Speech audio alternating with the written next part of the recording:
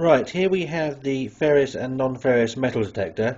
This really is a metal detector aimed at kids. But believe it or not, they actually work. Now, we've tested this one on the beach and it finds loose change, pound coins and so on and so forth at about 3-4 inches, which is fine for the kids, and it will give them hours of fun during the summer.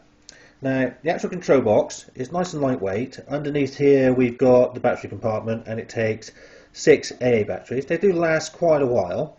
Here we've got the display panel, we've got a volume, the on and off button, we have a discrimination button there which actually works. You can discriminate a lot of trash on the beach, which is great, and we've got the tune button here. Now, with this particular metal detector, you turn it on and get a dial tone.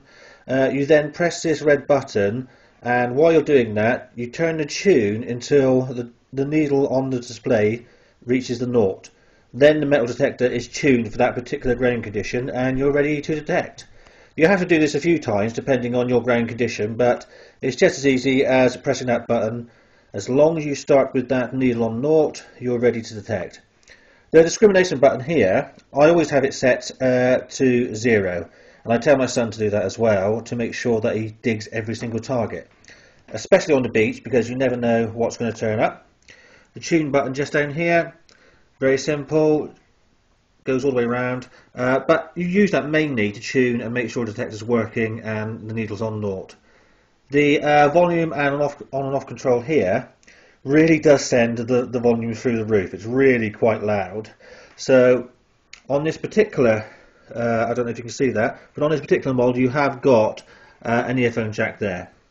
So it's a pretty good model. It's aimed very much at the kids. The shaft here is pretty strong, and one of the good points is that you can actually adjust the shaft. So if your kids are small, tall or whatever, they can use this metal detector, and that's a good point because they're going to be using it for a long period of time. It really has to be comfortable to use.